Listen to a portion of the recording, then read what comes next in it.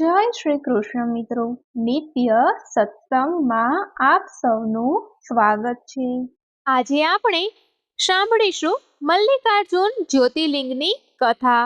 જો આ માહિતી તમને પસંદ પડે તો વિડીયોને લાઈક અને શેર કરી ચેનલને સબસ્ક્રાઇબ જરૂરથી કરજો। મલ્લિકાર્જુન જ્યોતિર્લિંગને બીજું જ્યોતિર્લિંગ માનવામાં આવે છે। મલ્લિકાર્જુન જ્યોતિર્લિંગ આંધ્રપ્રદેશના કૃષ્ણ જિલ્લામાં કૃષ્ણ નદીના કિનારે પવિત્ર શ્રી શૈલ પર્વત પર આવેલું છે। આ પર્વતને દક્ષિણનો કૈલાશ પર્વત પણ કહેવામાં આવે છે। અહીં શિવ અને પાર્વતી બંનેનું સંયુક્ત સ્વરૂપ વિરાજમાન છે। અહીં મલ્લિકા શબ્દ પાર્વતીજી માટે અને અર્જુન ભગવાન શિવ માટે વપરાયો છે। મલ્લિકાર્જુન જ્યોતિર્લિંગ એ ભોળાનાથ અને માતા પાર્વતીનું જ્યોતિ સ્વરૂપ છે। હવે આપણે મલ્લિકાર્જુન જ્યોતિર્લિંગની કથા સાંભળીએ। પૌરાણિક કથાઓ અનુસાર જ્યારે શ્રી ગણેશ અને કુમાર કાર્તિકેય વચ્ચે પ્રથમ વિવાહ કોના થશે તે માટે ઝઘડો શરૂ કર્યો હતો, ત્યારે ભગવાન શિવે કહ્યું કે જે વ્યક્તિ પહેલા પૃથ્વીની પરિક્રમા કરશે તેના વિવાહ પહેલા થશે। ગણપતિજીએ પોતાની બુદ્ધિથી માતા પિતાની આસપાસ જ ફર્યા, પરંતુ જ્યારે કાર્તિકેય આખી પૃથ્વીની પરિક્રમા કરીને પાછા ફર્યા ત્યારે જોયું કે ગણેશના લગ્ન રિદ્ધિ અને સિદ્ધિ સાથે થઈ ગયા છે।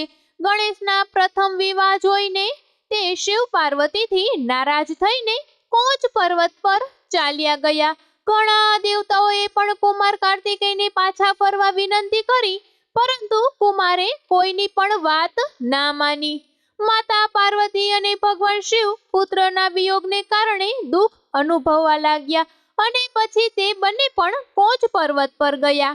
કુમાર કાર્તિકેયને માતા પિતાના આગમનની જાણ થતાં તેઓ તેમના સ્નેહથી વિમુખ થઈને વધુ દૂર ચાલ્યા ગયા અને પુત્રના દર્શનની ઈચ્છાથી જગદીશ્વર ભગવાન શિવે જ્યોતિનું રૂપ ધારણ કર્યું અને તે જ પર્વત પર બિરાજમાન થઈ ગયા। તે જ દિવસથી ત્યાં ઉદ્ભવેલું શિવલિંગ મલ્લિકાર્જુન જ્યોતિર્લિંગ તરીકે પ્રખ્યાત બન્યું। શાસ્ત્રો અનુસાર શિવ અને પાર્વતી પુત્રના સ્નેહને કારણે દરેક તહેવાર પર કાર્તિકેયને મળવા માટે જાય છે। અમાસના દિવસે ભગવાન શિવ સ્વયં ત્યાં જાય છે અને પૂર્ણિમાના દિવસે દેવી પાર્વતીજી જાય છે। એવું કહેવાય છે કે જે ભક્તો મલ્લિકાર્જુન શિવલિંગની પૂજા અર્ચના કરે છે તેમની તમામ મનોકામનાઓ પૂર્ણ થાય છે, તમામ પ્રકારના અવરોધોથી મુક્ત થાય છે અને અનંત સુખની પ્રાપ્તિ થાય છે।